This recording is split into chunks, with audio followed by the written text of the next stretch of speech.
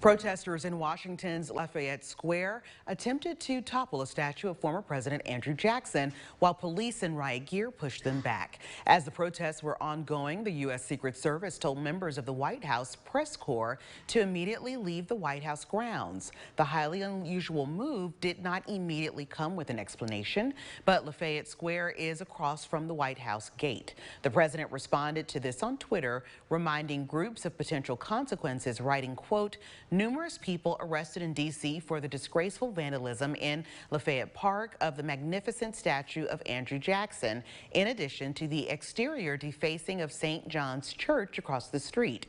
10 years in prison under the Veterans Memorial Preservation Act. Beware."